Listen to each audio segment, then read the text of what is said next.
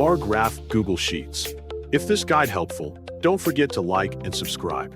Open Google Sheets in your computer or laptop browser. Once the page loads, open an existing spreadsheet that contains your data or create a new blank sheet if you want to build a dataset from scratch. Next, prepare a dataset that includes categories and numerical values.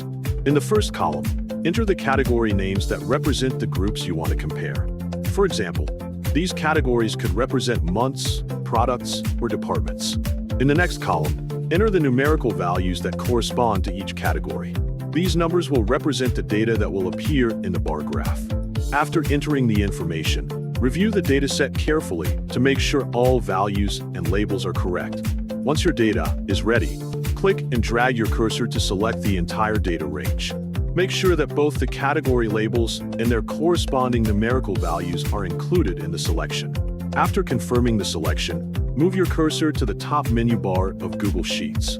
Click on the Insert menu to open the available options. From the drop-down list, select the Chart option. Google Sheets will automatically generate a chart based on the selected data.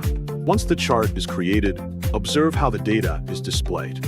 Next, open the Chart Editor panel, which appears on the right side of the screen. In the Chart Editor, go to the Setup tab where you can adjust the basic chart settings. Click the Chart Type drop-down menu to view the available chart options.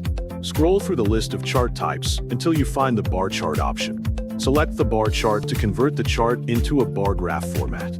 After selecting this option, observe how the chart updates automatically. If something does not look correct, adjust the data range within the Chart Editor. Next, switch to the Customize tab in the Chart Editor to improve the chart's appearance.